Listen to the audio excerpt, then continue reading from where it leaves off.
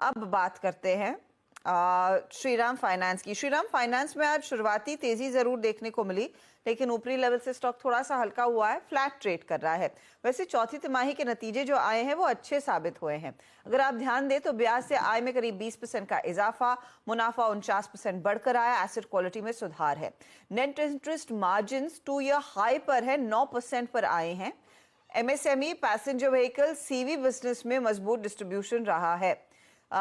तो यहाँ से आगे का FY25 के लिए आउटलुक क्या है, इस पर बात करेंगे। हमारे साथ कंपनी के एग्जीक्यूटिव वाइस चेयरमैन उमेश रेवांकर जी जुड़ गए हैं। उमेश जी, स्वागत है आपका। Congratulations, another strong quarter.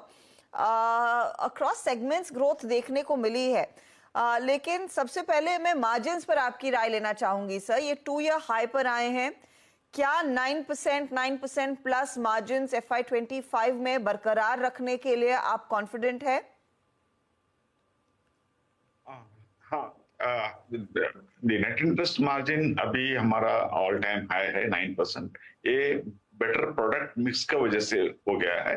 Post merger हमारा प्रोडक्ट एलोकेशन और प्रोडक्ट सिलेक्शन वो भी थोड़ा साइंटिफिक हो गया, और हमने ज्यादा फोकस किया है हाई यील्डिंग प्रोडक्ट पे, specially SME MSME lending plus passenger vehicle and gold loan. ये तीनों सेगमेंट में थोड़ा मार्जिन ज्यादा है। वो हम पोस्ट मर्जर एक अक्रॉस दी ब्रांचेस हमारा क्रॉस सेलिंग अच्छा हो गया है, इसकी वजह से मार्जिन बढ़ गया है। तो ये 9% के ऊपर फिर FY25 में भी आप रख पाएंगे उमेश जी? हाँ, अभी तो प्रोडक्ट अवेलेबिलिटी सब ब्रांच में ज्यादा हो रहा है, डेफिनेटली हम मेंटेन कर पाएंगे। अच्छा, ग्रामीण इलाकों में, रूरल सेगमेंट्स में क्या स्थिति बनती दिखाई दे रही है, अगर आप उसका अंदाजा दे सके, क्योंकि आपकी कंपनी वहां पर कई सारे अलग अलग लोन्स को सर्विस करती है। इसमें व्हीकल लोन्स है, वो सेकंड हैंड लोन्स भी है। वहां से इस समय क्या फीलर्स मिल रहे हैं? नहीं, रूरल इकोनॉमी लास्ट ईयर बहुत अच्छा परफॉर्म किया है, specially overall credit growth rural area में इज मोर देन 20%।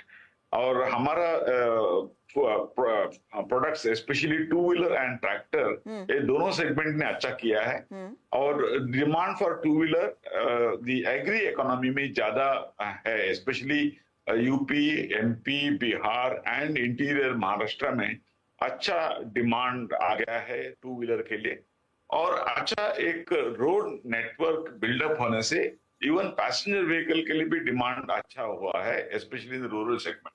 तो ओवरऑल रूरल सेगमेंट में क्रेडिट डिमांड बहुत अच्छा है, specially the tractor demand, specially second hand tractor and second hand commercial vehicle, दोनों का डिमांड बहुत अच्छा है। ओके, तो ये इनफैक्ट बहुत अच्छे साइंस है कि रूरल इकोनॉमी में डिमांड पिकअप होने लगी है।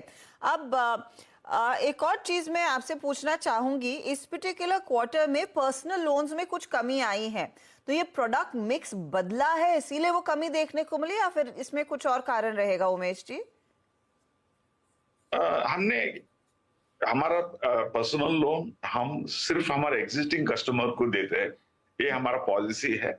उसमें हम थोड़ा क्रेडिट रूल इंजन हमारा थोड़ा हमने टाइट किया है, क्योंकि सिलेक्शन ऑफ द कस्टमर, क्योंकि ये people who already repaid the loan उनको हम पर्सनल लोन ऑफर करते हैं, और उसमें हम थोड़ा क्रेडिट रूल इंजन थोड़ा टाइट करने से ऑफरिंग थोड़ा हमने कम किया है और टाइट किया है। ओके, कॉस्ट ऑफ फंड्स की सिचुएशन कैसी रहेगी FY25 में, क्या अंदाजा लग रहा है?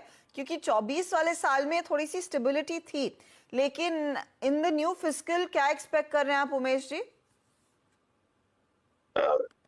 हमारा अंदाज है कि ये second half of next financial year 25 this financial year थोड़ा इंटरेस्ट कॉस्ट कम होना चाहिए, और इसका वजह से interest the liability situation will be much better, so liquidity भी बढ़ेगा और इंटरेस्ट रेट भी थोड़ा कम होगा। Last year in spite of increase overall एक लिक्विडिटी सिचुएशन भी टाइट था, और इवन द इंटरेस्ट कॉस्ट बढ़ गया था। इन स्पाइट ऑफ दैट हमारा परफॉर्मेंस अच्छा रहा है, और ईयर ऑन ईयर हमारा कॉस्ट 20 बेसिस पॉइंट पे हमने कंट्रोल किया था लास्ट ईयर के लिए। दिस ईयर मुझे ये ऐसा लग रहा है कि वो नहीं बढ़ेगा, so we will be able to maintain at current liability cost or maybe a little reduce in the second half of the financial year, depending upon the RBI actions. Okay मैं फाइनली आपसे एक update लेना चाहूंगी assets under management. Sir yearly basis पर हमने 21% की growth देखी है, on quarter on quarter basis it's only been 5%। तो FY25 के लिए क्या कोई टारगेट है जो आप अचीव करना चाहेंगे, और क्या लीड करने वाला है इस AUM ग्रोथ को? हमने एक 15% का गाइडेंस दिया था, हम वो मेंटेन करने के लिए कोशिश करेंगे। फिर भी first 2 months specially because of the election थोड़ा बहुत स्लो डाउन चलेगा। एंटायर इकोनॉमिक ग्रोथ आप देखें तो लास्ट 2 साल में it is led by the government capex, the government spend. अभी ये 2 महीने में इलेक्शन की वजह से थोड़ा गवर्नमेंट स्पेंड में स्लो डाउन हो जाएगा, क्योंकि the government machinery is involved in election. तो इसका वजह से मुझे लगता है कि फर्स्ट क्वार्टर थोड़ा स्लो रहेगा क्रेडिट ग्रोथ, और may be the second half of the year will be good. So overall we will be able to maintain 15%। Umesh ji बहुत बहुत शुक्रिया हमारे लिए समय निकालने के लिए, and good luck for FY25 sir.